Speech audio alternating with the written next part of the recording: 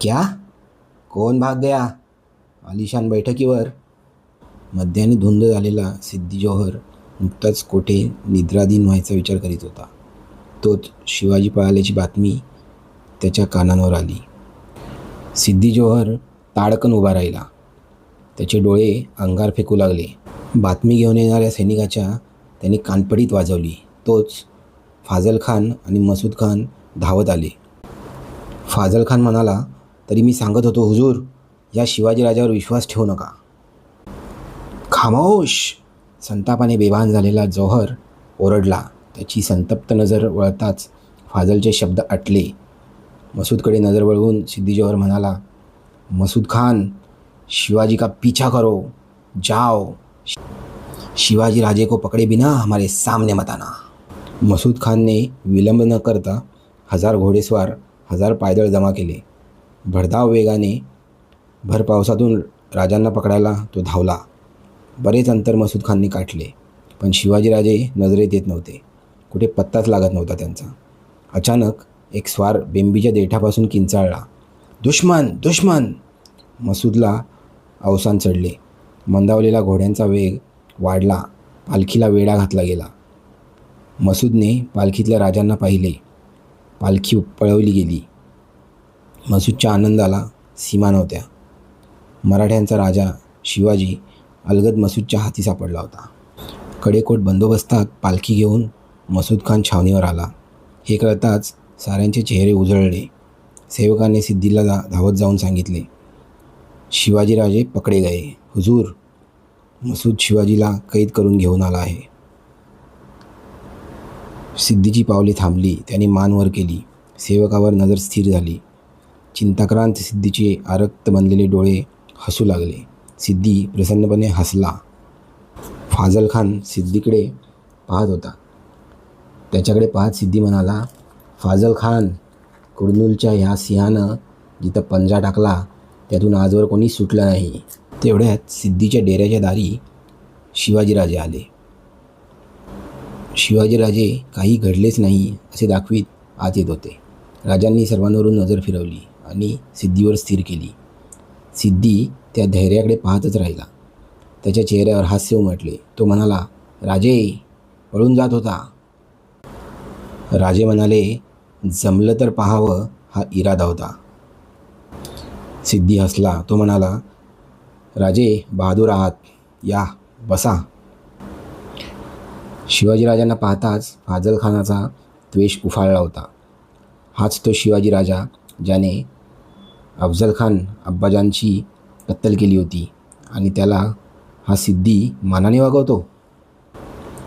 तो सिद्धी जोहरला ओरडला. म्हणाला, सल्तनीच्या या शत्रूचं कौतुक कसलं करतोस जोहर? तलवारीनं मस्तक. त्याला हात दाखवत जोहर म्हणाला, फाजल खान जबानावर. शिवाजीराजे तुझ्या माझ्यासारखे सरदार नाहीत. ते राजे आहेत. त्यांचा निर्णय बादशाह सलामत घेतील. राजे माझे मेहमान आहेत. राजे तुम्ही बसावं. शुक्रिया असं म्हणत राजे आसनावर बसले. सिद्धी जोहर राजांना निरखित होता. राजांची ती धिटाई पाहून सिद्धीला कौतुक वाटत होते. राजा साहब, अगर भाग जाते तो कहाँ जाते?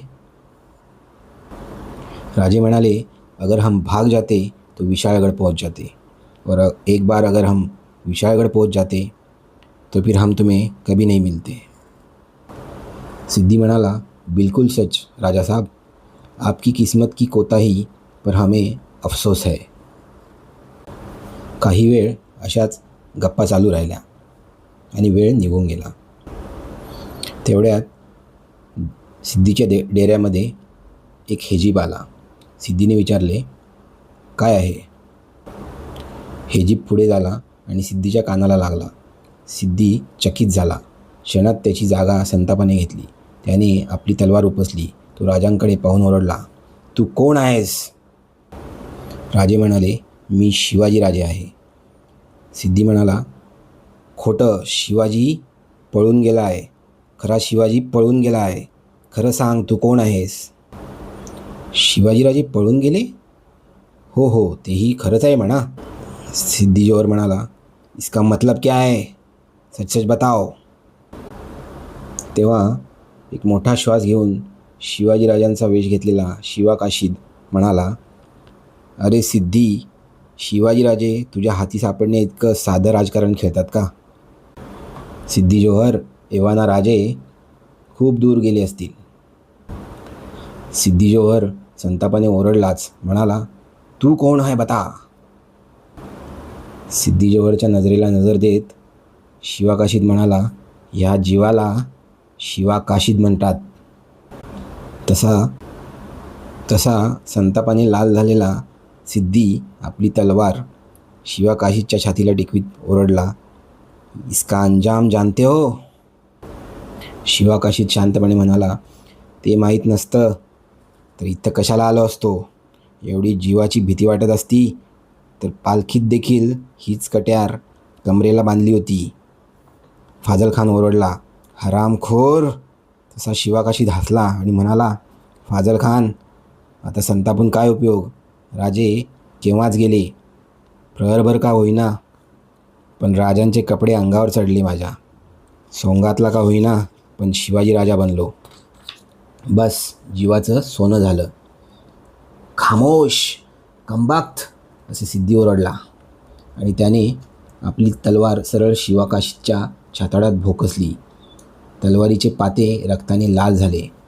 शिवा काशीदच्या चेहऱ्यावर तीव्र वेदना उमटून गेली. तलवार निघालेल्या जागी हाताचा डावा पंजा त्याने दाबला आणि उजव्या हाताने डेऱ्याचा खांब पकडून तोल सावरीत हसण्याचा प्रयत्न करीत शिवा काशीद म्हणाला, सोंगातला शिवाजी राजा झालो म्हणून काय झालं? मी काय पालथा पडीन? कधीच नाही.